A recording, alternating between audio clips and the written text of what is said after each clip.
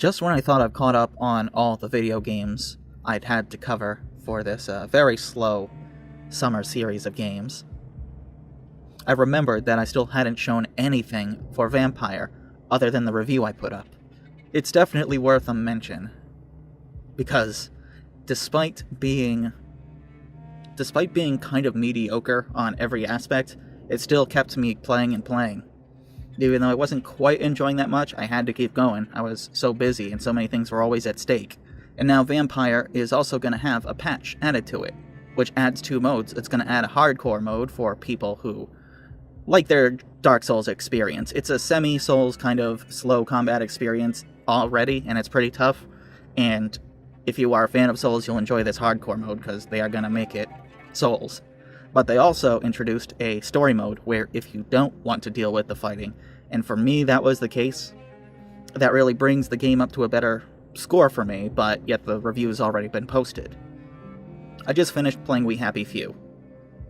And the one thing Vampyr and We Happy Few have in common, they both have a really great story with some not so great game mechanics surrounding them. Although Vampyr was a lot more functional and actually working, it was just really unfair. Meanwhile, We Happy Few wasn't challenging, it was just garbage. This game came out in June, just before E3, and it couldn't have come at a worse time. No one was really looking forward to it. Whoever was publishing it, Focus Interactive, I guess they didn't have a whole lot of faith in the game, because it's kind of a bad time to release a game, and on top of that, I originally intended to play the game on PS4. The only reason I ended up getting it on Xbox is because that was the only copy the Best Buy had left. It seems like, after I asked them, they said that most of the stores only got 3 or 4 copies at most. I was very surprised that I couldn't find any copies of the game at the store. I thought that it was so indie that people wouldn't know about it, or it was rare enough that everyone got it, so apparently that's the case. Feels bad. Apparently it's only sold 500,000 copies so far. That's what I last read. I can't confirm that. Hashtag only the facts. But either way, they were right to be cautious, because it is an unconventional game, and it's not quite...